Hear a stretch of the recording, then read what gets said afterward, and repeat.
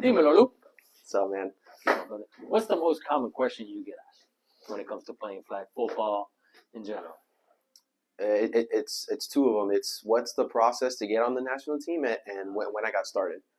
Yeah. So, what is the process in your mind? What was there a process? Was there a process in your mind, or was it something that just kind of based on your skills and it just happened? So I have two answers for that because, like flag is a business, and some people run organizations a certain way, and USA Flag, not the national team, but they used to be called FFWCT. Yeah. So when they were FFWCT, they partnered up with the national team and they would give you like a armband or you can put on your leg, whatever. So when you registered your name, they would watch, certain people would watch your games, usually the coaches, stuff like that. They'd watch your games, and then obviously the further you make it into playoffs or if you won championships, they watch you more. But then FFWCT changed their name to USA Flag.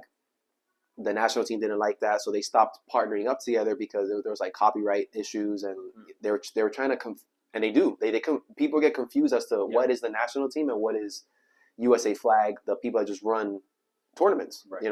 So now the national team hosts their own tournaments, and that's the only way you can get scouted now. Before, when I was trying to get on the team, it was the armband, partnered up together, which was easier. Yeah. So now you have to set time aside to go to national team tournaments to get recruited.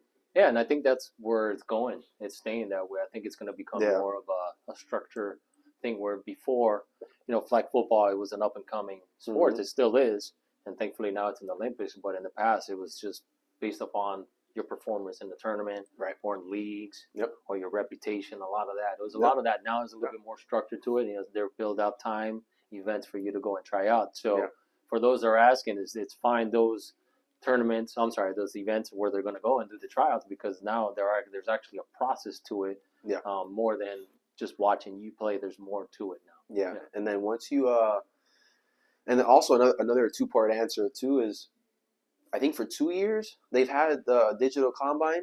So if you couldn't make it to those tournaments, you can do a digital combine. But I found out this year that they don't do that anymore. So a couple players made it on the team through the digital combine. So I'm kind of bummed out that maybe you don't have the money to or you don't have a team to go. Yeah. So it's kind of tough. So definitely, if you can, jump on a team or try to make your own team and just do it like that, because they've definitely narrowed down the chances. And then the process after that, let's say you get invited. It's 60 of us, and they're based out of North Carolina. It's 60 of us, and then from there, the quarterbacks stay in the same places with the fields, and they just shuffle the players around. The teams stay the same. We just exchange quarterbacks, and we do that for maybe 2 or 3 games, 2 or 3 scrimmages.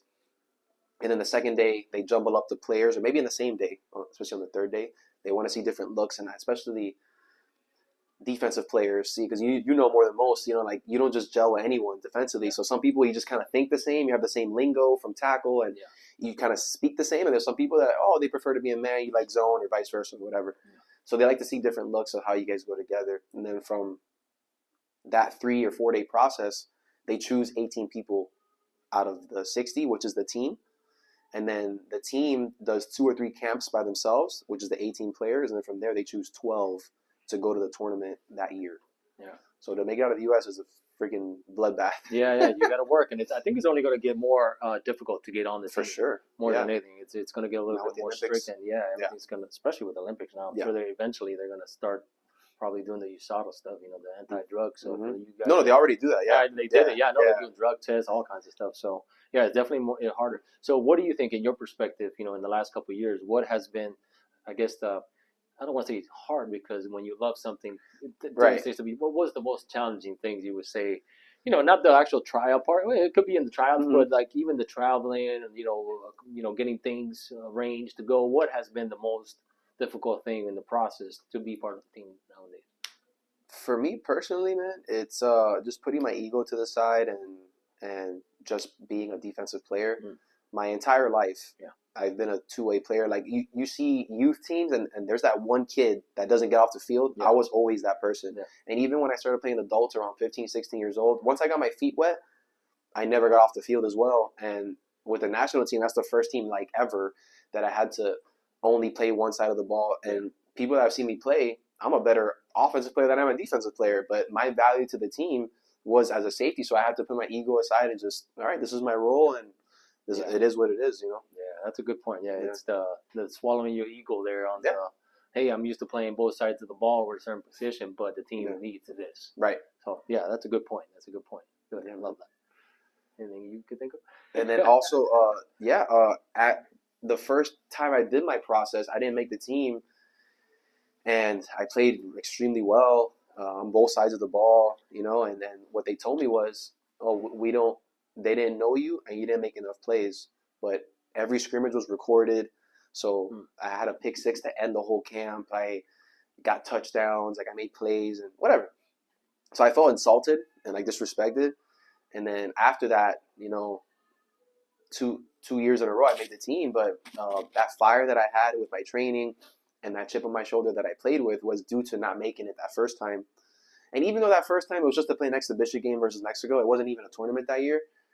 Still, it's just you know, like the principle. I'm like, what do you mean I'm not better than so and so, so and so, and so and so? So yeah, it definitely lit a fire under me. And then, so I guess those two things were the hardest things: just being rejected the first time and just having to be only a defensive player. Yeah, man. Yeah. How about you for the process? The process when I went through was a little different, especially the first time. The first time I went through it, it was we just had to come and basically, hey, who could go? Because a lot of people, we had to pay our way when we first started. So it was different because a lot of people couldn't afford the actual trip out there. So I don't want to say that there could have been better players on our team, but probably so. Yeah. You know, and because I mean, we won. But there was guys that probably got left out because of the financial issues. So that first it was like, hey, yeah, we recognize you as a great player. Can you make it? But then you have to pay your way.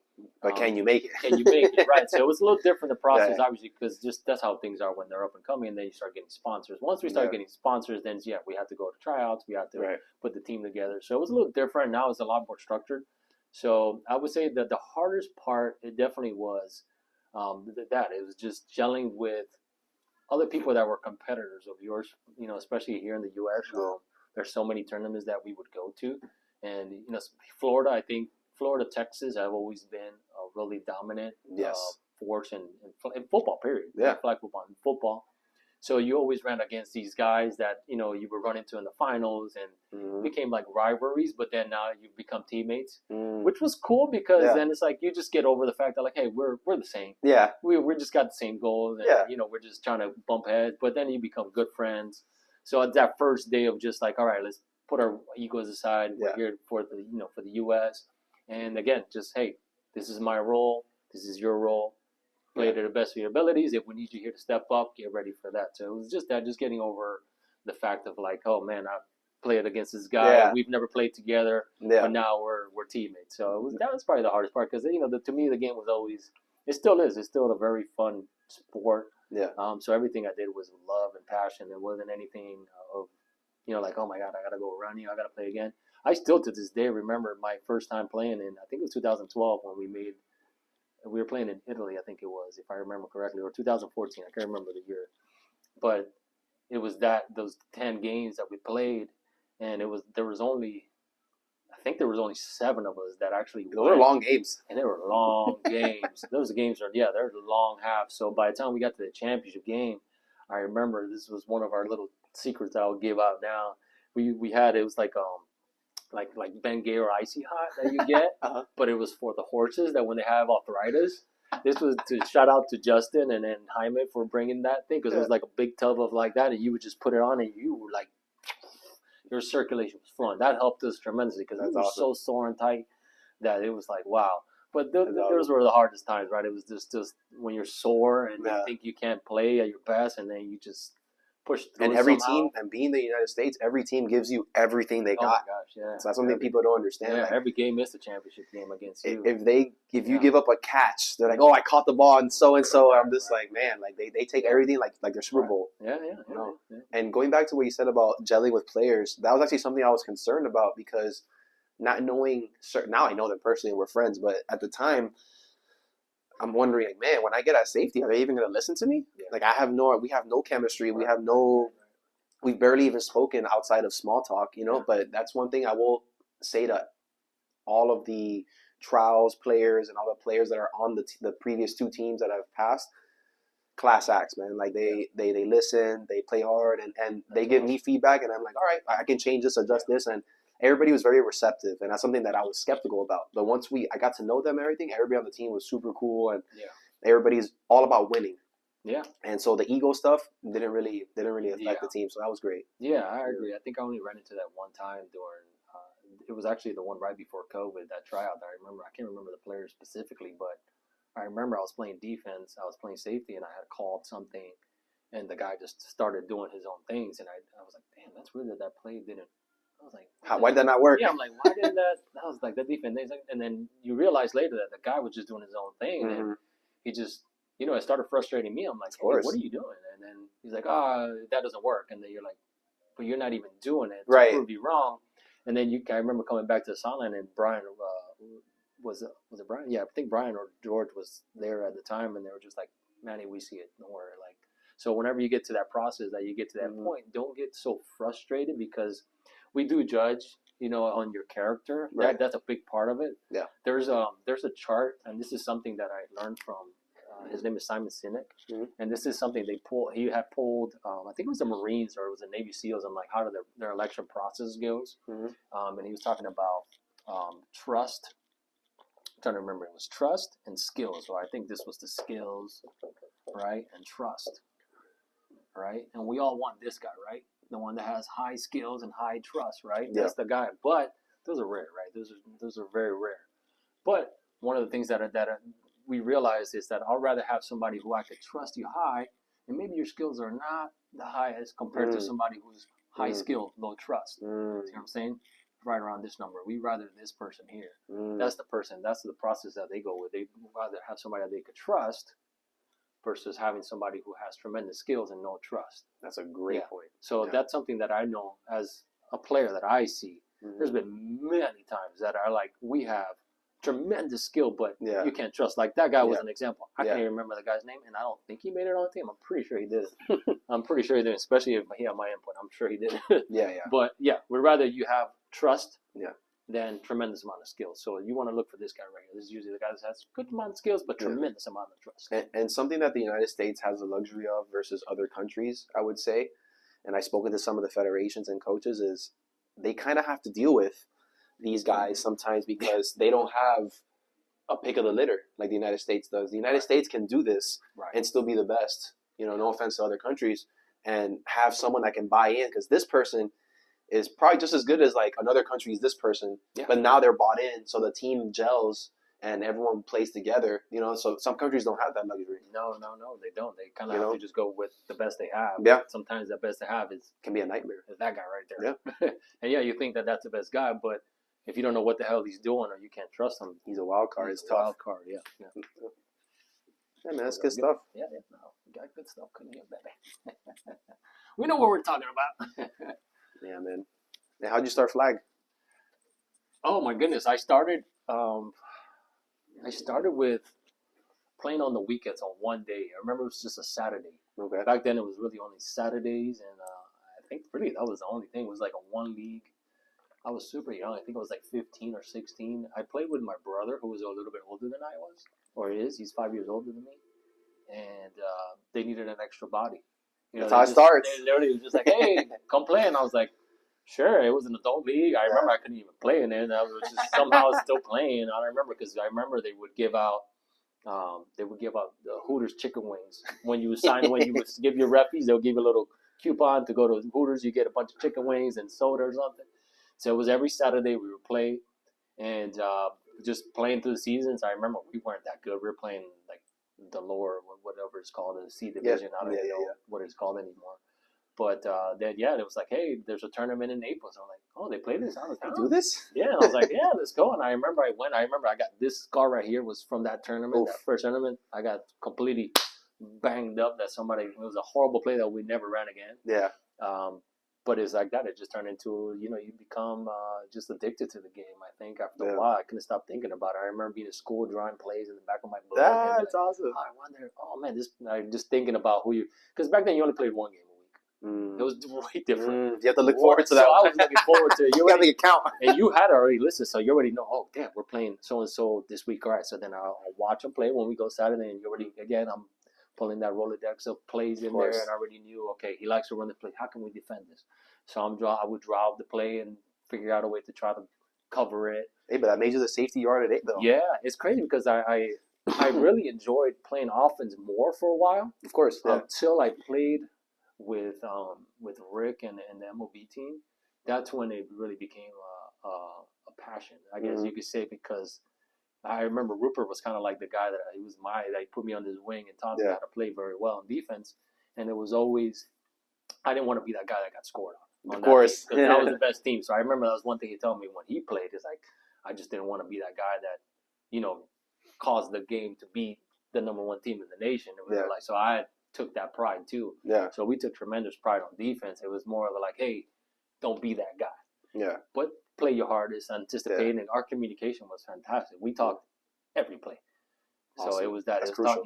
That's crucial. And then it's like after a while, then it's like you didn't even have to talk. I'll give you a look, and you already know. Like, through communication, you're in the same wavelength. This is great. So that became probably the best time I had in my life, was playing defense, because the defense, you take pride in that, and then you start mathematically figuring out, like, okay, if we score 2 times, at least 3 times, we should be able to win this game. And we did all this math that we're like, okay, if we allow the other team to 18, 19 points, we were always like, we should win the game every time. We should be able to get 3 touchdowns and at least 2 extra points. That was our thing. We were always that's a good breakdown.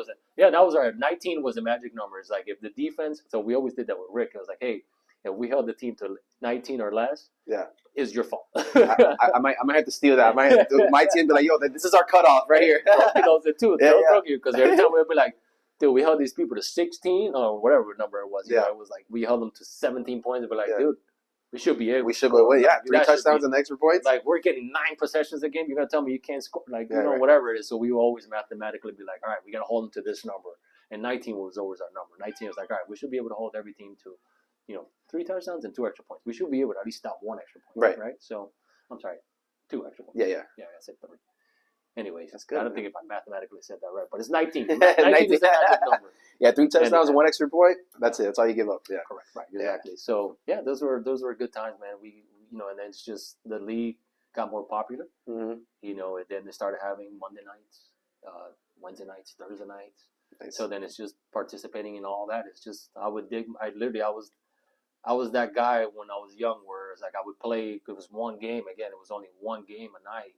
I would sit there and I was like, hey, you need an extra guy? So I was that guy that was like, hey, you need an extra body? Hey. And then after a while, I was like, you can't play if you're a top gun player. Yeah. So it was probably somewhat my fault for a while that I was like, because I was always like just staying there. Hey, but those reps help a lot, though. Oh, my gosh. Yeah, you know what I'm saying? Tremendously. And not only that, but then you're seeing different plays, different variations of plays, and you're understanding how a quarterback thinks. So I got a lot of experience by just playing with other people. And then, eventually I was able to play more, because then they started adding more nights, more games in a night. They started doing like 2 games in a night. So you play more. But I say, if I had to tell anybody, it's just expose yourself to it as much as you can, in every angle, in every position. So, that's how I started playing. It was just playing 1 day a week, and then eventually turned into 2, 3, 4 nights a week, weekend tournaments. Yeah. Really, that was our practice. There wasn't anything. That's something I get a lot too. It's like, hey, did you practice? Like, our practice was the game. The leagues, the leagues was our practice. That's like I was mentioning earlier in our breakdowns here was we would anticipate, okay, we got a tournament coming up in 2 months. Okay, this whole season, we're going for 2. We're practicing on second and long. It's like we already had certain plays that we wanted to try out. Yeah. And that was our practice. Yeah. Nice. Yeah. That's good, man. Thanks, Joe. Yeah, bro. So guys, this is a little bit about like how we got started in the national team process, different eras, man. And I'm sure one day we'll bring a younger person and we'll talk about 3 different scenarios, that we can do in the future, and then how we got started in flag, man. So please make sure to subscribe, like, and share, man. And make sure to check out our 2 posts where we do actual football breakdowns, man. Give us some feedback and make sure to ask us questions, right? We love questions. We love to get together and make time for this. All right, guys? Yeah. Appreciate you for watching. Appreciate it.